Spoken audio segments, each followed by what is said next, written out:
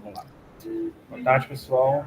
A gente está aqui com o Dr. Fabrício. A gente fez um convite para ele para estar fazendo uma palestra para a gente aí sobre redução de danos, né, no consumo de drogas.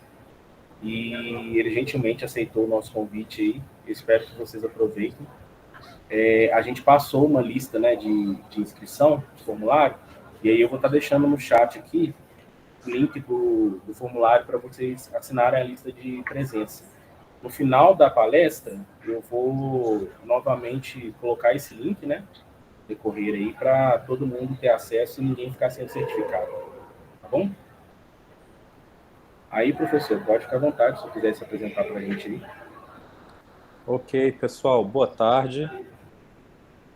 E quero agradecer o convite. É uma satisfação poder fazer esse momento com vocês. Eu vou me apresentar então. Eu sou Fabrício Moreira, sou professor no Departamento de Farmacologia no Instituto de Ciências Biológicas, aqui no UFMG.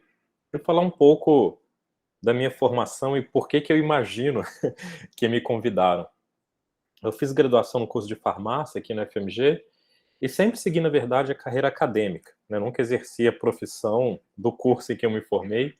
Sempre gostei de pesquisa, de ensino, e terminada a graduação eu segui, então, direto na carreira acadêmica. Então, fiz mestrado, doutorado, etc. E já há algum tempo eu sou professor no Departamento de Farmacologia aqui no FMG. A questão é que eu sempre direcionei meus estudos, desde o mestrado, doutorado, depois que eu fui pesquisador enquanto professor, sempre direcionei meus estudos para um tema: drogas de abuso. É um tema que sempre me despertou muito interesse, é um tema fascinante, é um tema muito presente no dia a dia, um tema que é interdisciplinar, ele envolve abordagens de diferentes áreas, então é um tema que a gente tem que discutir à luz da disciplina que eu trabalho, que é a farmacologia, para a gente entender o que são as drogas, como é que elas funcionam, como é que nós podemos abordá-las, mas que é fundamental a gente trazer conhecimento de outras disciplinas também, né, da psicologia, da psiquiatria, das ciências humanas, como a sociologia e a antropologia. Então, essas áreas, elas têm interseções muito grandes quando a gente vai falar sobre o tema droga de abuso. É um tema de natureza política, de natureza social, e, claro, não é de forma alguma uma pretensão minha abordar com todas essas visões, né? Fazer todas essas abordagens seria impossível. Eu vou trazer, claro, predominantemente aquela que é a minha formação, né, que é a visão do ponto de vista da farmacologia. Mas é claro que para falar em redução de danos, eu vou sim, né, procurar um pouquinho puxar então essa interseção com as outras áreas, tá? E vejam, é um tema que pode ser abordado de muitas maneiras, mas o que eu quero é fazer uma abordagem bastante informal com vocês, tá? Então eu não vou usar a apresentação de slide, não quero que seja visto como uma palestra, então quero que seja um momento informal para que a gente possa ter uma conversa, claro, uma conversa séria sobre esse assunto, uma conversa com base científica, mas que possa ser uma conversa informal. Então quero que vocês fiquem bem à vontade para interromper, para trazer a experiência de vocês, o que vocês quiserem perguntar, comentar, fique inteiramente à vontade. E eu quero justamente perguntar para vocês, então, né, para a gente começar, para falar em redução de danos no uso de drogas. Para mim, o ponto de partida é o seguinte: o que é uma droga? O que é uma droga? A gente vai falar, então, redução de danos relacionados ao uso de drogas. Foi isso que me convidaram para falar aqui. O que é uma droga?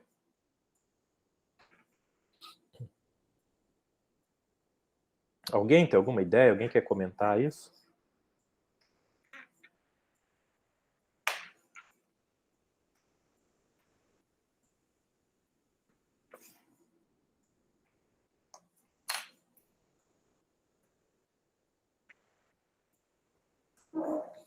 Ninguém?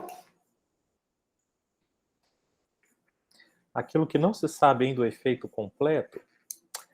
Tá, fique à vontade, pessoal, quem quiser falar ou quem quiser escrever aqui nas mensagens. Então, vou continuar. Tá, já tem aqui algumas pessoas se manifestando, quero que mais pessoas se manifestem. Então, para a gente começar o nosso assunto, eu repito a pergunta, afinal, o que é droga? O que é uma droga? Quem usa drogas? Por que usa drogas? Olha, eu acho que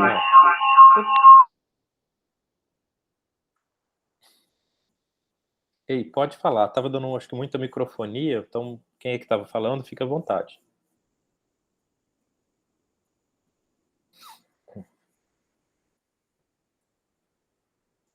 Alguém? Então, de novo, pessoal, vamos lá. O que é uma droga? O que é droga? Do que nós vamos falar, afinal? Vocês têm alguma ideia?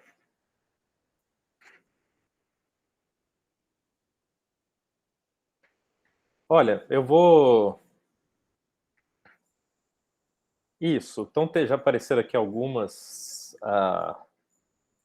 definições, né, algumas propostas, substâncias que alteram alguma função no organismo, qualquer substância que altera o funcionamento do organismo, excelente. A questão, pessoal, é que é um termo muito amplo e muito difícil de ser definido. Quando a gente fala droga, essa palavra tem vários sentidos. No inglês tem a palavra drug. Drug no inglês é exatamente isso. Olha, qualquer substância que vai exercer qualquer efeito no organismo. Seja ela para uso terapêutico ou não. Seja então para tratar alguma doença, ou seja para uso porque eu estou usando porque eu quero, mesmo não estando com nenhuma doença, que é o que comumente se chama de droga de uso recreacional. Na língua portuguesa, aqui no Brasil, a palavra ganha ainda mais sentidos, porque a gente pode falar de droga, né, como sendo medicamento, mas a gente fala também a droga como sendo uma substância que é utilizada para fins recreativos, mas em geral referindo-se a substâncias que não são aceitas no contexto de uso. Por exemplo, todo mundo concordaria que a cocaína é uma droga, que a heroína é uma droga. Mas curiosamente, na nossa sociedade, muitas vezes o álcool, ele não é classificado como sendo uma droga. Tanto é que é muito comum as pessoas falarem álcool e drogas. Vamos fazer uma discussão sobre álcool e drogas. Eu já ouvi também álcool, tabaco e drogas. Vejam que curioso, a ideia seria então aquilo que é lícito, que é legalizado, no nosso caso o álcool e a nicotina, né, que é o tabaco, não seria droga, e droga seria aquilo que é proibido. Muitas vezes, então, é utilizado nesse sentido. Eu quero deixar claro que, nesse sentido de droga, como sendo uma substância que vai ser utilizada não para fins terapêuticos, mas para fins, digamos, recreacionais, qualquer substância, potencialmente, ela é uma droga. Então, a cocaína é uma droga? Sim, tudo bem, as pessoas podem utilizar a cocaína para fins recreativos. Mas também o álcool é uma droga. Também a nicotina, seja ela no tabaco, seja ela mascada, seja ela como está mais na moda recentemente no cigarro eletrônico, é uma droga. Inclusive medicamentos, fármacos, substâncias utilizadas para fins terapêuticos, pode ser uma droga. Por exemplo, fármacos da classe dos benzodiazepínicos, né, como o diazepam, que é conhecido como Valium, que é o nome comercial. Muitas pessoas utilizam fora do contexto terapêutico, utilizam não porque precisa tratar ansiedade ou epilepsia, que são as finalidades pelas quais esses medicamentos são utilizados. Mas tem gente que utiliza da mesma forma que um utiliza álcool, que o outro utiliza nicotina, tem pessoas que utilizam medicamentos para fins, como chamamos então de fins recreativos. Então veja que é muito difícil traçar essa definição do que é uma droga. Então eu quero trabalhar com esse conceito, olha, potencialmente, tá, pessoal, potencialmente, qualquer substância ela pode ser utilizada com essa finalidade, digamos, não terapêutica, né, utilizada não para tratar alguma doença, e sim para fins recreativos, recreacionais, como queiram chamar, tá? Então essa primeira parte que eu queria deixar clara é isso. A gente falando em droga, potencialmente pode ser qualquer coisa. Aliás, vou até além. Pode ser açúcar, por exemplo, que é considerado alimento. Então também pode ter característica de droga. Podem ser jogos, sexo, uso de telefone celular. Então o que a gente tem, na verdade, são comportamentos que, de início, podem trazer uma sensação que é agradável, que a gente chama de recompensadora, mas que, em longo prazo, esse comportamento ele acaba tendo consequências deletérias.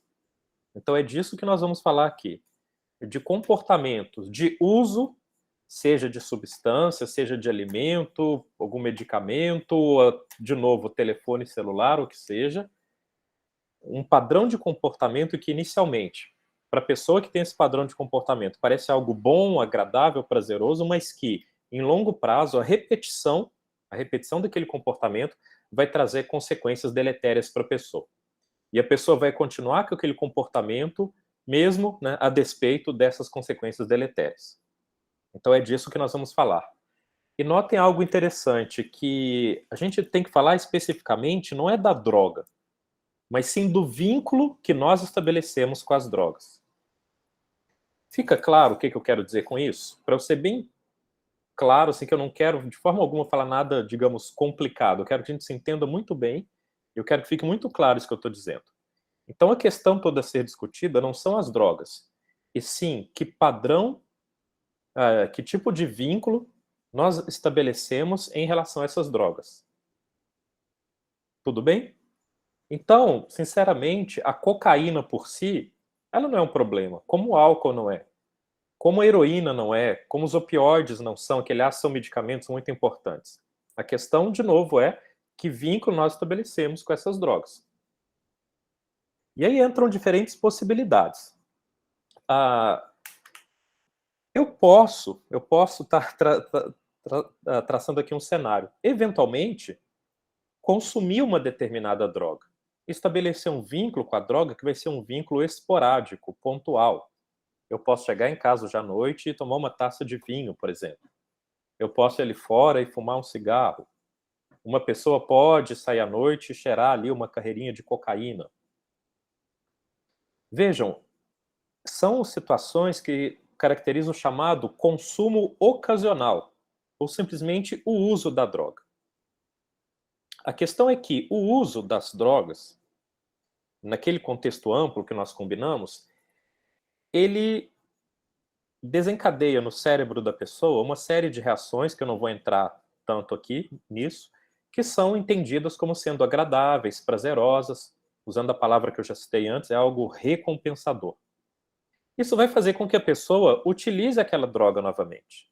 Então a pessoa vai repetir aquele comportamento, uma vez que, quando ela emitiu aquele comportamento inicialmente, de buscar e utilizar a droga, aquilo é entendido como prazeroso, a pessoa vai emitir esse comportamento de busca e uso da droga novamente. Então a gente fala que a droga funciona como um reforço positivo.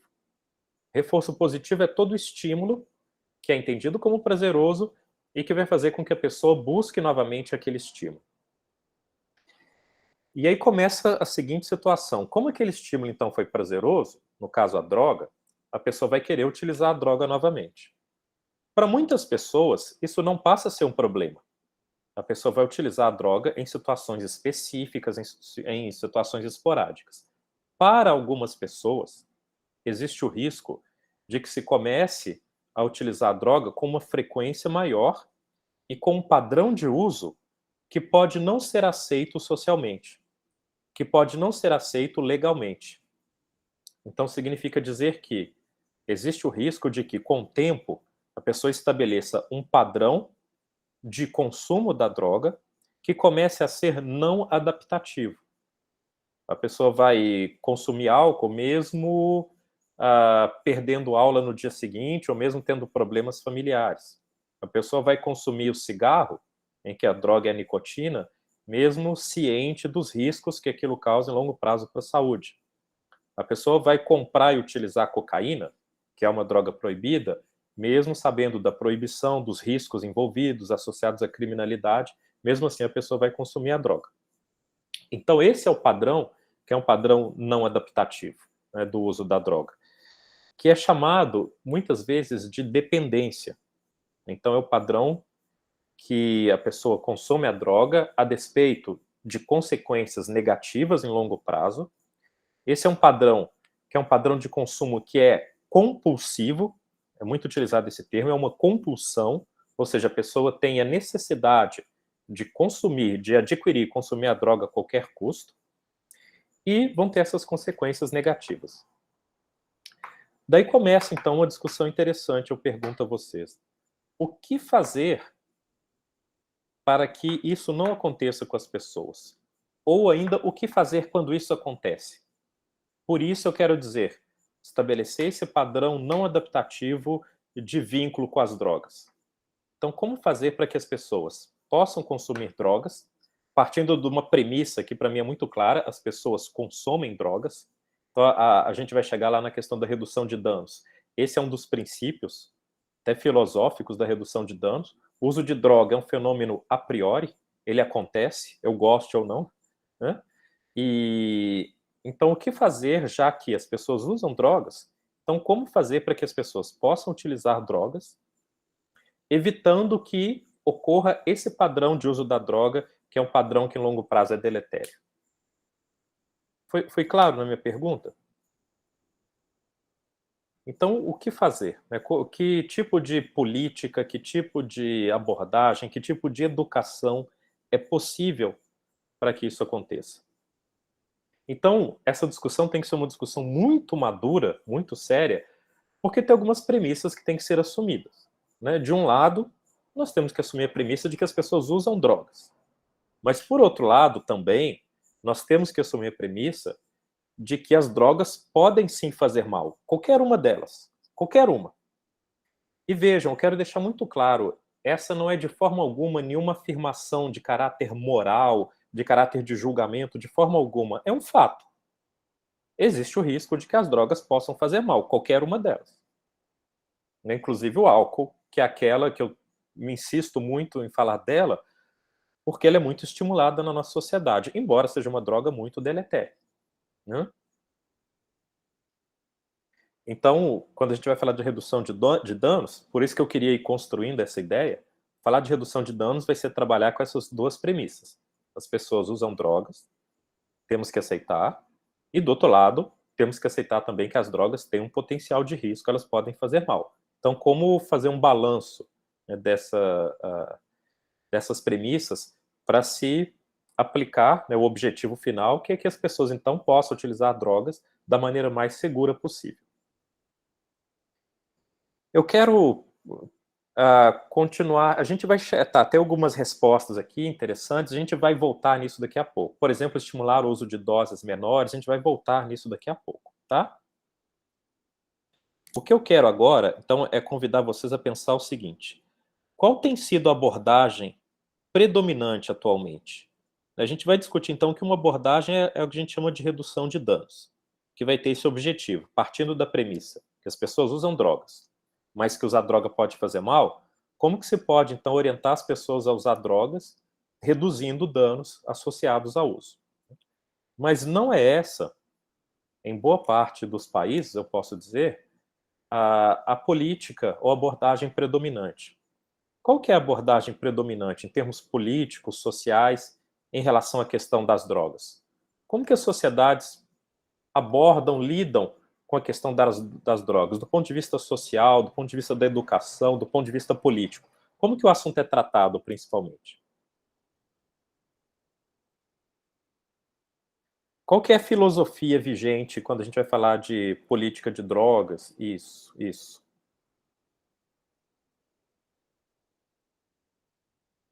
Exatamente. Então apareceram várias respostas aqui interessantes.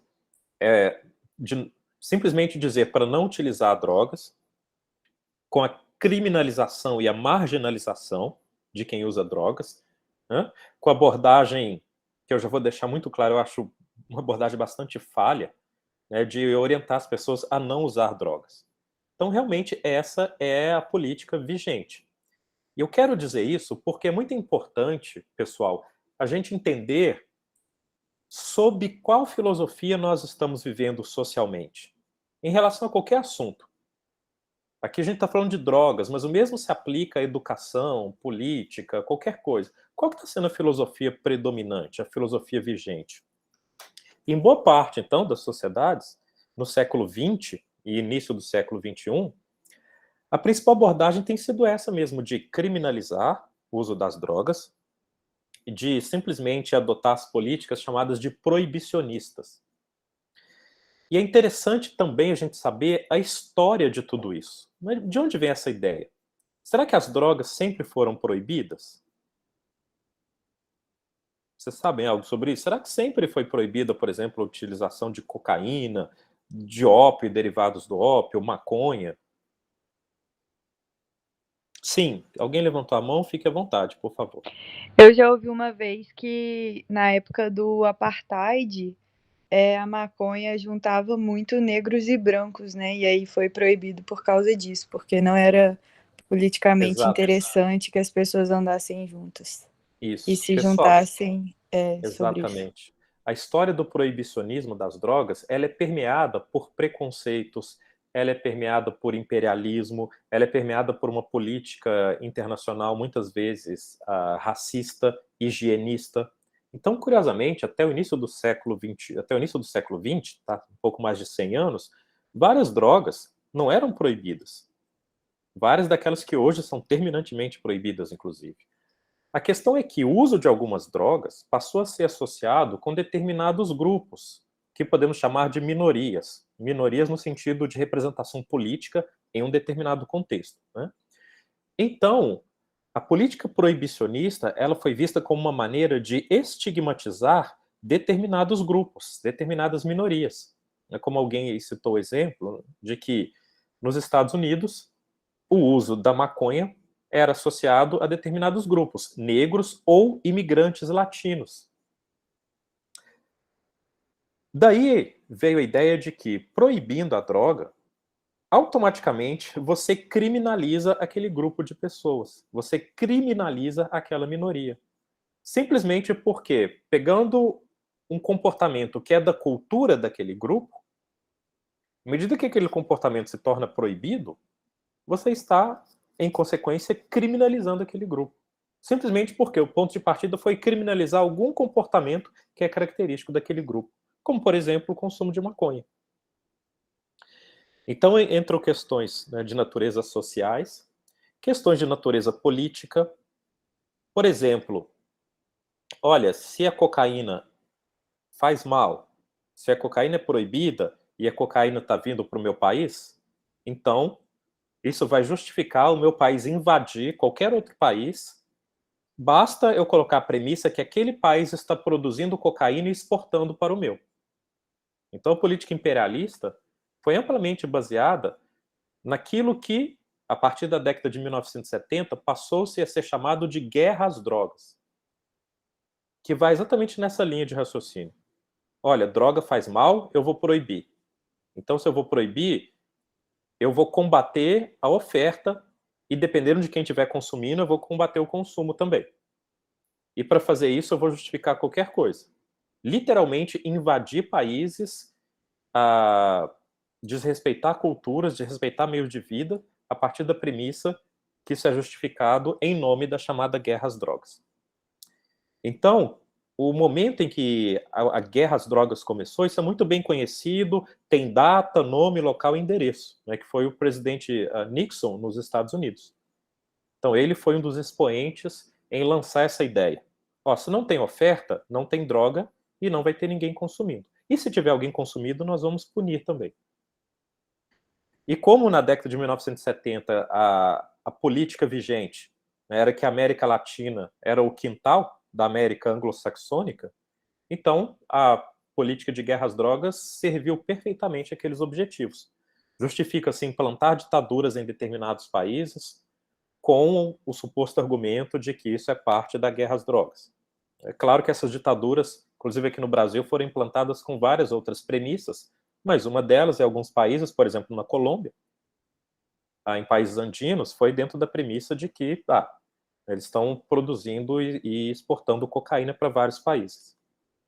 Então, essa abordagem, que é uma abordagem de geopolítica, uma abordagem política, social, da chamada guerra às drogas, ela vai junto com uma abordagem chamada de proibicionismo. As duas são interdependentes. Eu vou proibir ou permitir aquilo que vai ser conveniente numa determinada sociedade, no meu país, e de acordo com essa proibição, entra o que nós já discutimos, a questão de combater o fornecimento da droga que foi proibida. Então, dentro disso, tem algo muito interessante, que até eu ia perguntar, mas é tão óbvio que eu já vou dizer para vocês. O que é proibido ou o que não é proibido em termos de drogas não tem absolutamente nenhuma lógica do ponto de vista da ciência, do ponto de vista da disciplina que eu trabalho, que é a farmacologia. Em outras palavras, o fato de que determinadas drogas são proibidas e outras não, o fato de que algumas drogas são ilícitas e outras são lícitas, são permitidas por lei, não tem nenhuma ligação com o potencial dessas drogas para causar danos. Lembra que a gente comentou lá no começo, né, que o problema vai ser o potencial das drogas para causar dano em longo prazo. Infelizmente, a proibição não é baseada absolutamente em nada de científico farmacológico. Por exemplo, tem um pesquisador britânico, tá, chamado David Nutt. Eu vou escrever aqui e eu quero abrir um parênteses e dizer que quem quiser literatura a respeito, quem quiser aprofundar, quem quiser sugestão de livro, de artigos, fique à vontade para entrar em contato comigo depois. Mas então eu estou escrevendo aqui sugestão de autores para vocês conhecerem. O psiquiatra britânico, tá, o David Nutt, ele tem extensos trabalhos mostrando qual que é o potencial das drogas para causar danos em longo prazo. E tem algo que eu quero convidar vocês a pensar. As drogas, elas podem causar principalmente 2 tipos de danos. É um pouco óbvio depois que a gente fala, mas nem sempre as pessoas pensam nisso. O dano para o indivíduo, para a pessoa que utiliza a droga, né, eu vou consumir nicotina, isso é um fator fortíssimo de predisposição ao câncer, então é o dano para o indivíduo. Mas a fumaça da nicotina, do tabaco, do cigarro, incomoda terceiros. Então, tem o dano para o indivíduo e o dano para terceiros. Se a gente faz um somatório para cada droga, do potencial de causar dano para o indivíduo, mais potencial de causar danos para terceiros, segundo os trabalhos do professor David Nutt, adivinha qual é a droga que fica em primeiro lugar? Quando a gente faz esse somatório. Eu digo isso porque algumas drogas têm um potencial de causar mais dano para o indivíduo do que para terceiros, outra é o contrário, pode mais causar danos para terceiros do que para quem usa, então é importante o somatório dos dois. Adivinhem vocês qual droga fica em primeiro lugar? Acertou quem pensou no álcool. Exatamente. Por quê? O álcool, ele tem um potencial gigantesco de causar danos para terceiros. Na sociedade que nós vivemos, a pessoa sob efeito do álcool entra, então, uma questão tanto farmacológica quanto social, tá? Eu digo farmacológica porque é um efeito inerente à substância. O álcool, ele desinibe o comportamento. Não é isso? Muita gente bebe nas festas para perder a timidez. Então, o álcool, ele desinibe o comportamento. Ele, entre aspas, libera o comportamento. Por um lado, isso pode ser interessante, reduz a timidez, reduz a ansiedade, mas o álcool, ele pode aumentar a agressividade. Além disso, o álcool, ele afeta a coordenação motora, ele afeta a percepção sensorial, ele afeta o processamento cognitivo. E uma das causas mais comuns de morte nas grandes cidades e nas rodovias brasileiras, inclusive, é a condução de veículos sob o efeito do álcool. Então, o álcool, ele tem um potencial muito grande para causar danos. E, no entanto, vejam que curioso, é uma droga não somente lícita, permitida, como é incentivada. A gente nem percebe o quanto nós somos o tempo inteiro incentivados a consumir o álcool. Então, estou dizendo isso para mostrar a incoerência dessa filosofia, dessa política de proibicionismo e de guerra às drogas. Por que ela é incoerente? Porque ela não parte de nenhum princípio de saúde pública. Ela parte de um princípio de interesse financeiro de determinados grupos. É desse princípio que ela parte. Então, a gente vai entrar agora, né, naquilo que era o objetivo da palestra, não quero chamar de palestra, da nossa conversa, que é falar assim, o que é alternativa a isso? Que é a abordagem da redução de danos. Mas notem que não teria como chegar na redução de danos se a gente fazer toda essa discussão de contextualizar o que são as drogas, o que é o vínculo do uso das drogas, questão de uso a longo prazo das drogas, e do que é a abordagem vigente, que é o proibicionismo e guerra às drogas. Então a gente vai agora falar de outras possibilidades. E o principal é realmente essa abordagem chamada de redução de danos. Eu já falei lá no começo da premissa, né, da redução de danos. Já que as pessoas usam drogas, vamos mitigar, reduzir o risco de que exista qualquer dano. E é interessante que tem alguns conceitos associados a isso que nem sempre as pessoas compreendem bem. Há quem ache que falar em redução de dano significa uhul, galera, vamos sair todo mundo por aí usando droga, libera tudo, libera geral, e não é isso. A redução de danos, ela é uma abordagem, né, tem uma filosofia, tem uma sociologia, tem uma questão política, tem uma questão científica, farmacológica, que é sair do proibicionismo e ter algo interessante e gradualmente ir deslocando do proibicionismo para outra abordagem. Por que é gradualmente? Porque saindo do proibicionismo tem uma etapa que seria a descriminalização das drogas. Que, inclusive, muita gente não sabe, mas no Brasil tem uma política de 2006 que descriminaliza a maconha, por exemplo. Então a maconha não é proibida, ela foi descriminalizada. O que isso significa? É um pouco nebuloso, às vezes, a gente falar do que é descriminalização. Mas significa o seguinte, olha, a lei diz que quem for pego com uma determinada quantidade pequena estabelecida de maconha não deve ser encarcerado em decorrência disso. Veja o seguinte, não quer dizer que a pessoa não vá a juízo. Existem consequências, mas essa consequência não é a punição que está associada às políticas proibicionistas.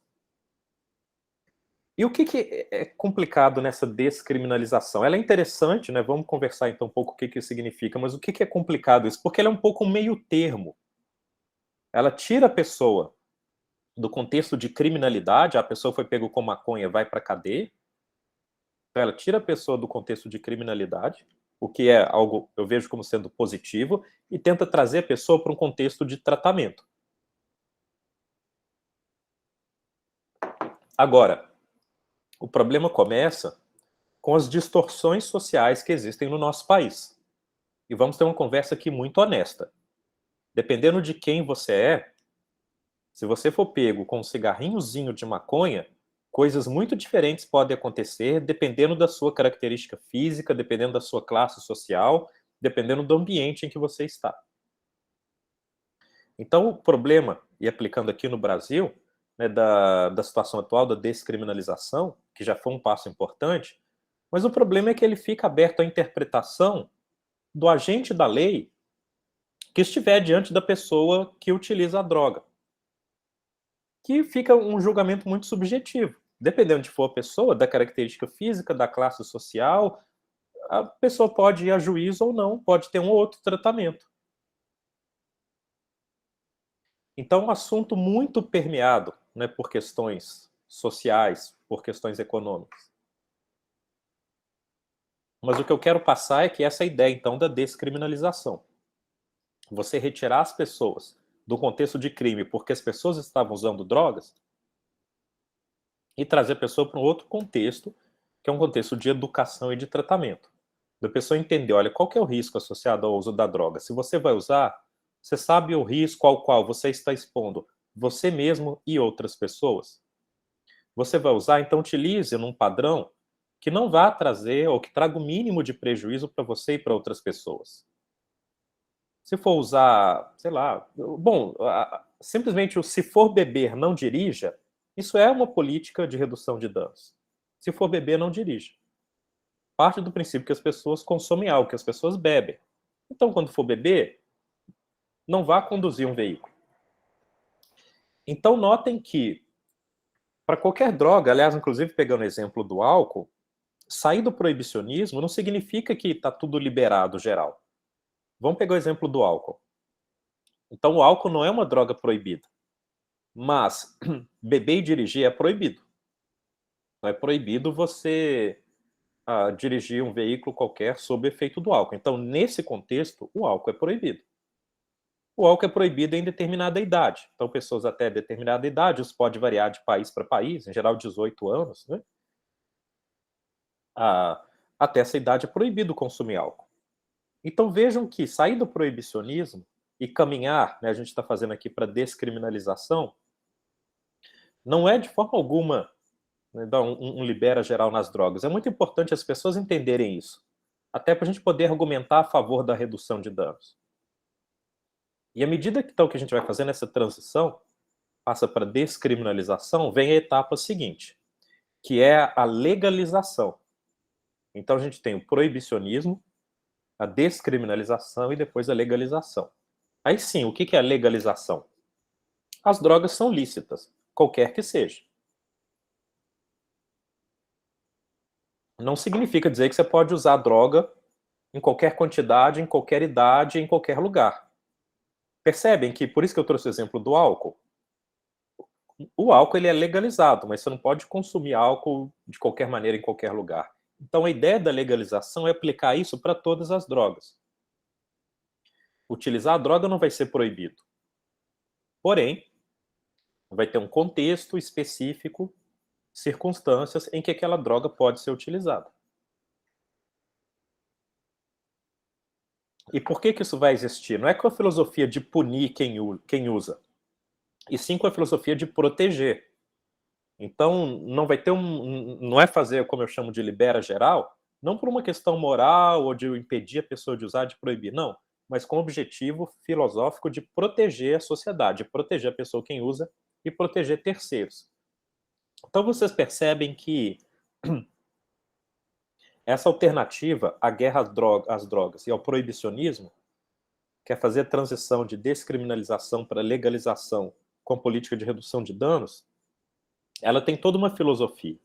Não é simplesmente oba-oba, vamos fazer. Eu acho fundamental enfatizar isso para que vocês possam conversar sobre isso com as pessoas.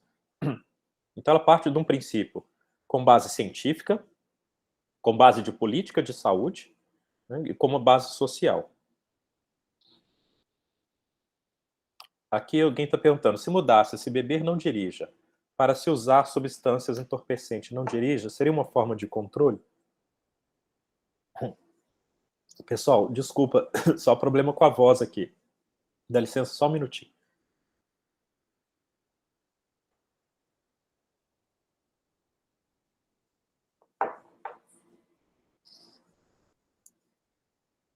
Então, a ideia, pessoal, não sei se eu entendi assim, a pergunta, mas seria fazer com todas as drogas como se faz com álcool, como se faz também com a nicotina, com o tabaco.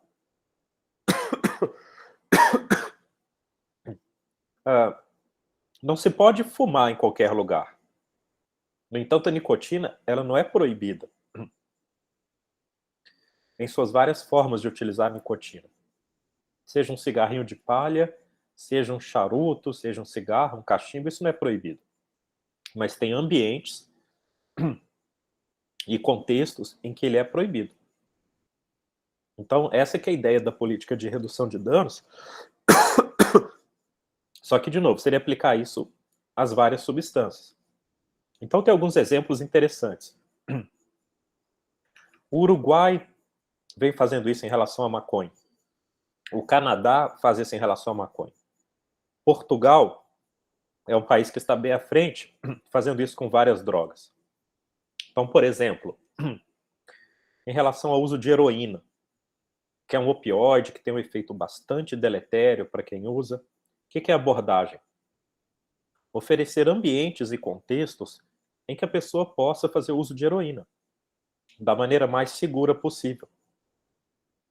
Existe, inclusive, à disposição das pessoas que vão utilizar heroína, agulhas e seringas descartáveis, para que as pessoas evitem compartilhar agulha e seringa quando injeta a droga, que evidentemente transmite doenças, né, infecto-contagiosas.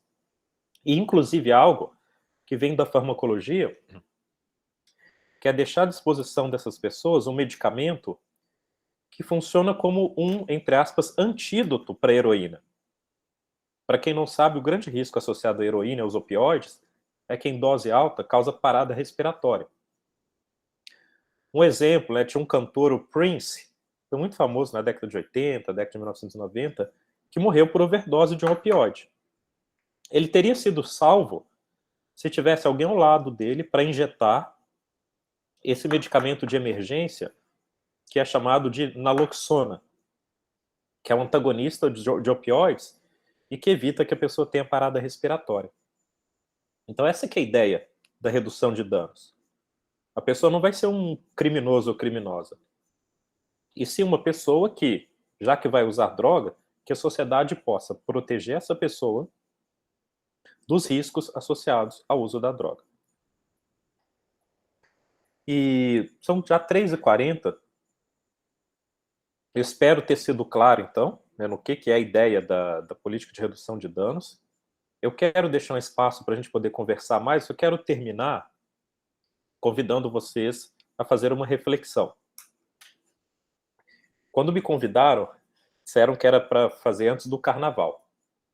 Então, se eu entendi bem, né, me parece que vocês vão usar drogas no carnaval. Eu quero convidar vocês a pensar o seguinte, e deixando muito claro, mais uma vez, não é nenhuma conversa de julgamento ou de moral, qualquer coisa desse tipo, de forma alguma. Mas sempre é interessante a gente pensar, afinal, por que a gente usa drogas? Tem uma teoria que eu acho muito interessante, que é a teoria dos vínculos. Nós, seres humanos, precisamos estabelecer vínculos. E o nosso bem-estar, a nossa felicidade, pensem nisso, ela vai acontecer quando a gente consegue estabelecer diferentes vínculos e quando a gente consegue equilibrar esses vínculos. Então você estabelece um vínculo familiar, além disso um vínculo de amizade, um vínculo profissional ou de estudo, né, no caso de vocês, na graduação. Você estabelece um vínculo de prática de esporte, que é um vínculo de saúde. Então o bem-estar, ele é uma questão de equilibrar esses vínculos. E notem que interessante, mesmo em momentos em que um desses vínculos fica mais fraco, quem perde algum vínculo familiar ou está num relacionamento e termina um relacionamento, um dos vínculos se desfaz, o que traz apoio são justamente os outros vínculos. O que as drogas têm a ver com isso? Tem a ver que as drogas, elas são um dos vínculos que nós estabelecemos. Então o ser humano estabelece essa teia de vínculos, e um dos vínculos que é comum a gente estabelecer é o uso da droga. Eu entendo, tá? Eu estou colocando a minha visão, que ter uma ligação saudável com as drogas é não permitir que esse vínculo se torne muito importante. Então eu vou chegar em casa e vou usar droga, vou tomar uma cerveja, um vinho, né, que é a droga que eu uso, mas de forma alguma esse vai ser o vínculo mais importante. Eu tenho vínculos muito mais importantes do que consumir droga.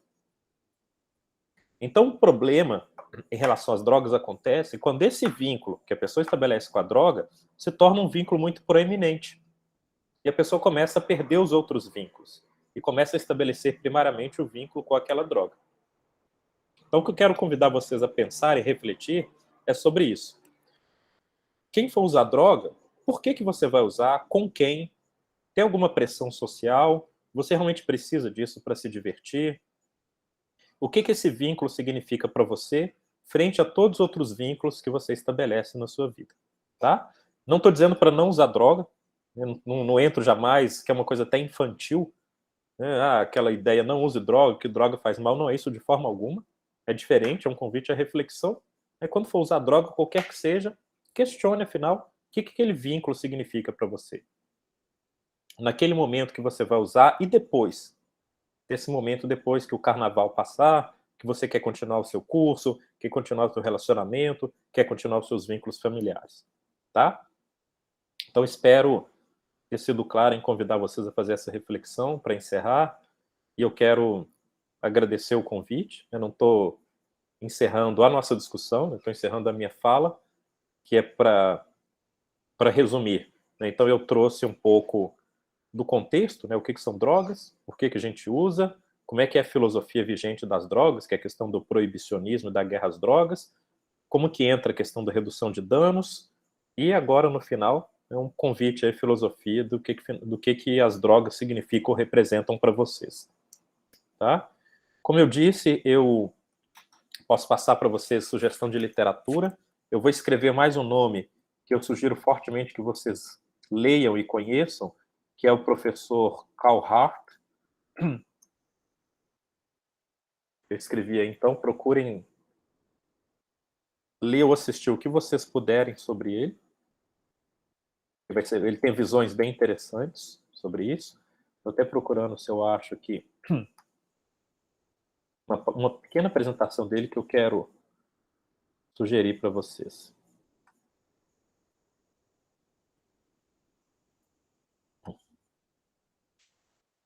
Pronto. Coloquei um link aqui. Quando puderem, por favor, assista essa pequena apresentação de cerca de 20 minutos. Sugiro fortemente.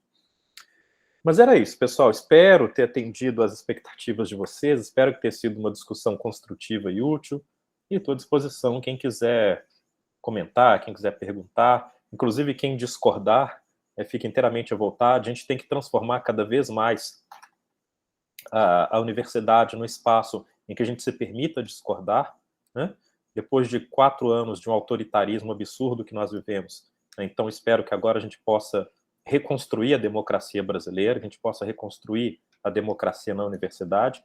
Isso, evidentemente, inclui o direito da gente poder pensar diferente, poder trocar ideia, poder ter argumentos, e entender que a sociedade, a universidade é feita disso, de diferentes visões, diferentes argumentos, e que é preciso estabelecer debates, e é preciso que os debates sejam sempre respeitosos, tá? Então, eu sei que é um tema polêmico, controverso, por isso eu quero deixar espaço para discussão. E só desculpem, no final a voz começou a falhar um pouquinho aqui, mas espero que eu tenha conseguido passar a mensagem para vocês.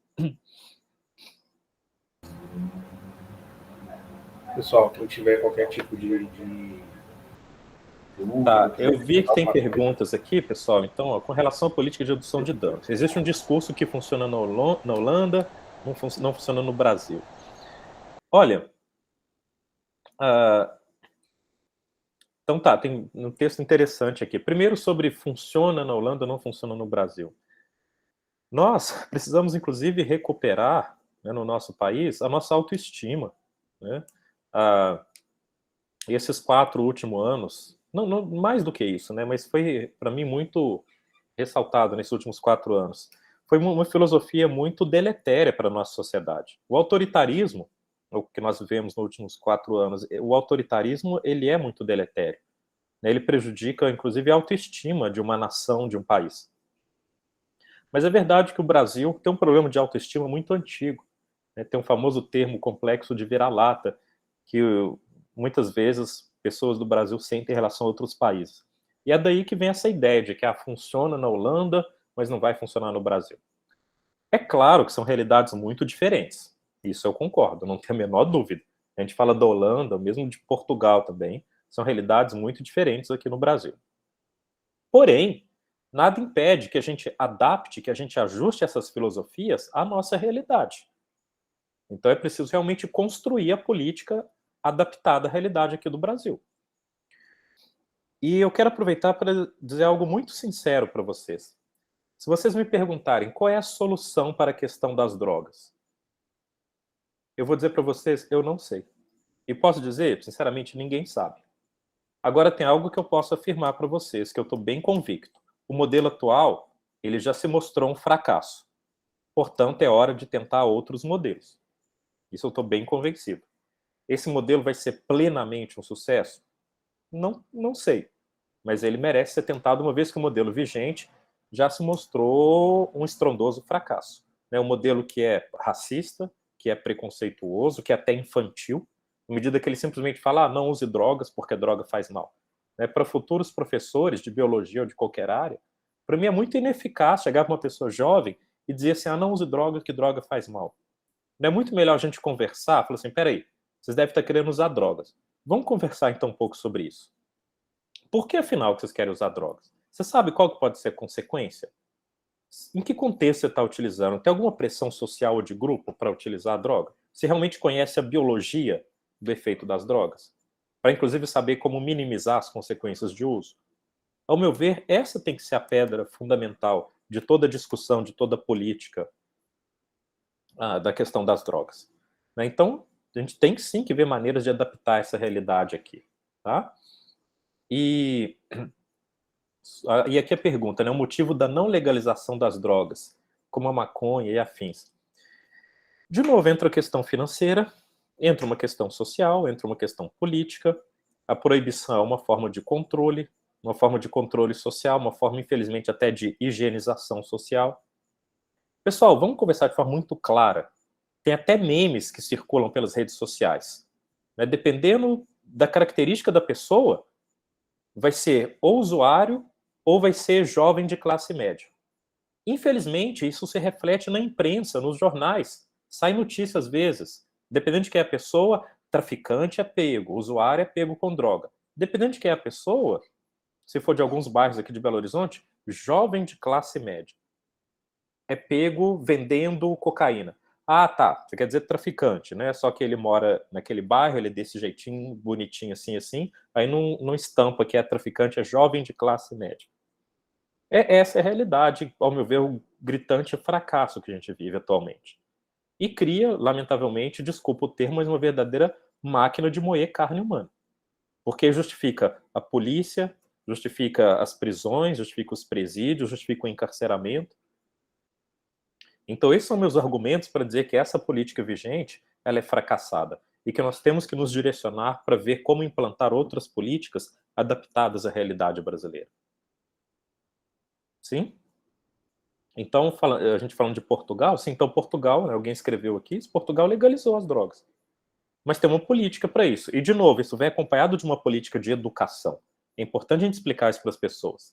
Não é assim, ó, pessoal, legalizou as drogas, vai lá, todo mundo cheirar uma carreirinha de cocaína agora. Não é nada disso. Então, significa legalização, existe um suporte de educação, um suporte social, um suporte de saúde para as pessoas. E, portanto, quebrar preconceito, quebrar estigmas, que acabam recaindo sempre sobre determinadas minorias. Todo mundo se lembra do famoso helicóptero de cocaína sobrevoando os céus de Minas Gerais? Né? Tinha ali, se não me engano, 35 quilos de cocaína. O avião da comitiva presidencial, a comitiva presidencial do governo anterior, né, os militares estavam levando para a Espanha, se não me engano, 0,5 tonelada de cocaína. Isso foi interceptado lá. Ou seja, um avião militar da comitiva do presidente, né, conseguiram, então, embarcar e decolar e sair do país carregando 0,5 tonelada de cocaína? Peraí, não é justamente esse pessoal que fala que bandido bom é bandido morto, que tem que pegar, matar, prender? Peraí, tem alguma incoerência, será que não? Ou eu que estou sendo muito chato, talvez? Hã? Então, para mim, é o reflexo desse modelo proibicionista. É um modelo, antes de mais nada, é um modelo hipócrita, é um modelo mentiroso, é um modelo enganoso, um modelo racista, um modelo elitista. O que, infelizmente, reflete, né, características outras da nossa sociedade também, características da nossa sociedade de outras esferas. Então, o que é a minha expectativa? É a educação, é discutir o assunto, é fazer o que nós estamos fazendo aqui. É fazer política, a boa política. Isso que a gente está fazendo aqui é fazer política. Eu faço questão de, enquanto professor, dizer que eu sou alguém que faz política. Educar é fazer política. Tá? E eu espero, então, que a gente não desista sabendo dos desafios, a gente entenda a magnitude do desafio, que a gente seja, vamos dizer, humilde para reconhecer também que ninguém vai ter uma solução plena para o assunto, que a gente tem autocrítica. Mas, repito, é o que eu disse antes, conversar e talvez, né, trazer para a esfera política cada vez maior a ideia de que outros modelos precisam ser testados, que outros modelos precisam ser pelo menos discutidos. Tudo bem? Pessoal, quase 4 horas, né, eu não sei até onde vocês querem ir, mas acho que eu tenho por experiência que, em geral, é bom a gente ter um tempo para começar, mas ter um tempo para terminar também. Né? Eu espero que tenha acrescentado algo para vocês, espero que tenha atendido, né, os objetivos. É um tema muito interessante, né, e na área que nós trabalhamos, né, no meu caso, eu sou farmacêutico e farmacologista, mas para todo mundo que atua na área biológica, biomédicas, é muito importante a gente ter um conhecimento sobre esse assunto. É muito importante a gente ter uma opinião bem formada sobre esse assunto.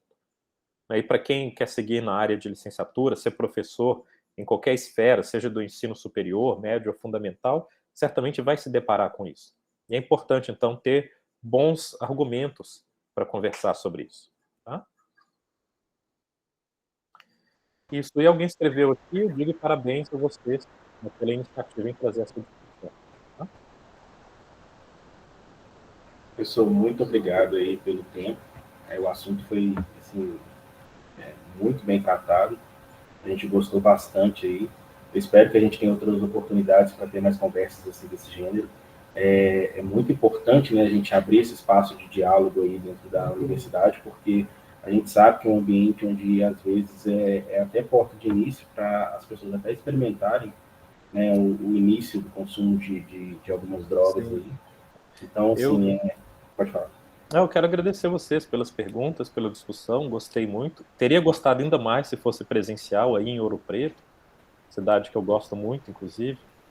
Mas tudo bem, eu estive aí nesse final de semana, então eu estou feliz. Matei minha sede de Ouro Preto, mas sempre é bom voltar aí, então quem sabe na próxima possa ser presencial. Sim, com certeza. Pessoal, muito obrigado aí pela sua disponibilidade. Se alguém tiver alguma dúvida e quiser passar, aí depois eu posso encaminhar para ele por e-mail. E aí a gente tenta trazer um retorno aí, né? E não se esqueçam, tá, pessoal, de assinar a lista de presença aí para a gente poder estar confeccionando o certificado.